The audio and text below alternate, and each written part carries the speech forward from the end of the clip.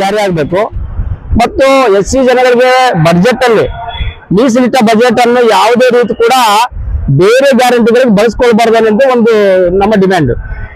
ಅವರು ಅವ್ರದೇ ರೀತಿಯಲ್ಲಿ ಏನಾದ್ರೂ ಮುಂದುವರಿಸ್ಕೊಂಡು ಇದು ತಗೊಂತಿದ್ರು ಅಮೌಂಟ್ ಯಾರು ಅಂತ ಹೇಳ್ತಾರೆ ಅಂತಂದ್ರೆ ಮುಂದಿನ ದಿನಗಳಲ್ಲಿ ಕಾಂಗ್ರೆಸ್ ಪಕ್ಷ ಬೀಳುಪಟ ಆಗ್ತದೆ, ಮಾದಿಗರ ಶಾಪ ತಡ್ತದೆ, ಮಾತಂಗ ಶಾಪ ತಡ್ತದೆ. ಇದು ಆದಿಜಾಂಬ ವಂಶಸ್ಥರು. ನಾವು ಈಗಾಗಲೇ ಮಾದಿಗ ದಂಡೋರ ಸಮಿತಿ ವತಿಯಿಂದ 6 ದಿನಗಳ ಕಾಲ ಅನಿರ್ದಿಷ್ಟಾವಧಿ ಸತ್ಯಾಗ್ರಹವನ್ನು ಹಮ್ಮಿಕೊಂಡಿದ್ದೀವಿ.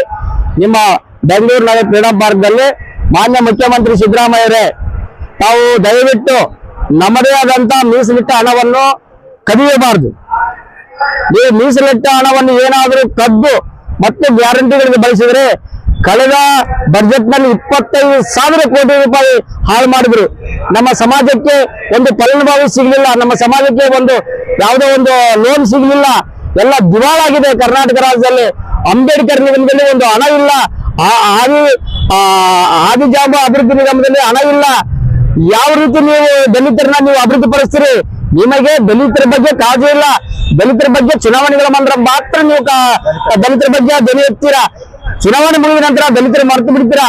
ಹಾಗಾಗಿ ದಲಿತರ ಶಾಪ ತಡ್ತದೆ. ಮಾನ್ಯ ಮುಖ್ಯಮಂತ್ರಿ ಸಿದ್ದರಾಮಯ್ಯನವರೇ, ಈ ಕೂಡಲೇ ನಮಗೆ ಮೀಸಲಿಟ್ಟ ಹಣವನ್ನು ಯಾವುದೇ ಕಾರಣಕ್ಕೂ ಮುಟ್ಟಬೇಡಿ ಮತ್ತು SC ವರ್ಗೀಕರಣ ಕೂಡಲೇ ಜಾರಿ ಮಾಡಿ.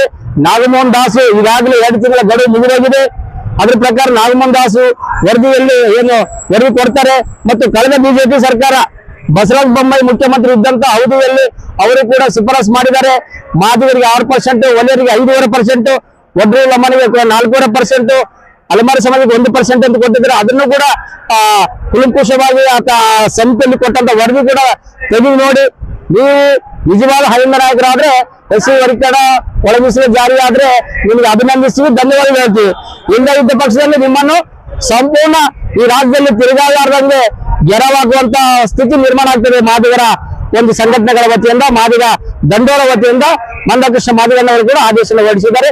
ತಕ್ಷಣವೇ ನಾಳೆ ನಡೆಯುವಂತಹ ಬಜೆಟ್ ಸೆಷನ್ ನಲ್ಲಿ ನಮಗೆ ನ್ಯಾಯಯುತವಾದ ಮೀಸಲಿಟ್ಟ ಹಣವನ್ನು ಇಡಬೇಕು. ಇನ್ನು ಹೆಚ್ಚಿನ ಹಣ ಕೂಡ ಏನು ಅಭಿವೃದ್ಧಿ ನಿಗಮಕ್ಕೆ ನೀಡಬೇಕು ಮತ್ತು ಆದಿಜಾಂಬ ಅಭಿವೃದ್ಧಿಗೆ ಕೊಡಬೇಕು. ಹಾಗೆ ಅಂಬೇಡ್ಕರ್ ನಿಗಮ ಕೂಡ ಹಣ ಮೀಸಲಿಡಬೇಕನ್ನೋ ಉದ್ದೇಶ ನಮ್ಮ ಹೋರಾಟ. ಇವತ್ತು ಬ್ಯಾಕ್ಲಾಗ್ ಹುದ್ದೆಗಳು ತುಂಬುತ್ತಾ ಇದ್ದೀನಿ ಅಂತ ಹೇಳ್ತಾ ಇದ್ದಾರೆ ಮಾದೇವಪ್ಪನವರು.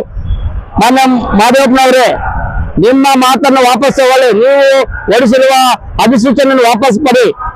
ಇಲ್ಲದೇ ಇದ್ರೆ ನಿಮಗೆ ಮುಂದಿನ ದಿನಗಳಲ್ಲಿ ಬಹಳ ಬಹಿರಂಗವಾಗಿ ನಿಮಗೆ ಮುಜುಗರ ಆಗ್ತದೆ. ಮಾದಿಗರು ಶಾಪ ತಡ್ತದೆ. ನೀವು ನಮ್ಮ ಅಸ್ಪೃಶ್ಯ ಸಮುದಾಯದಲ್ಲಿ ಬರುವಂತ ನೀವೊಬ್ಬ ಛಲವಾದಿ ಮಾದಿಗರು, ನಾವಿಬ್ರು ಅಣ್ಣ ತಮ್ಮಂದ್ರು. ಇದು ಅರ್ಥ ಮಾಡ್ಕೊಳ್ಬೇಕಾಗಿದೆ. ಮಾದೇವಪ್ಪನವರೇ, ತಕ್ಷಣವೇ ಈ ಕಾರ್ಯರೂಪ ನಿಲ್ಲಿಸಬೇಕು. ನೀವು ಸ್ಟೇಟ್ ನನ್ನ ಮಾದಿಗ ದಂಡ ರಾಜ್ಯಾಧ್ಯಕ್ಷನಾಗಿ ಮನವಿ ಮಾಡ್ತಾ ಇದ್ದೀನಿ. ಜೈ ಭೀಮ್, ಜೈ ಮಂದಕೃಷ್ಣ. ಎಲ್ಲರಿಗೂ ನಮಸ್ಕಾರ. ಜೈ ಮಾದಿಗ.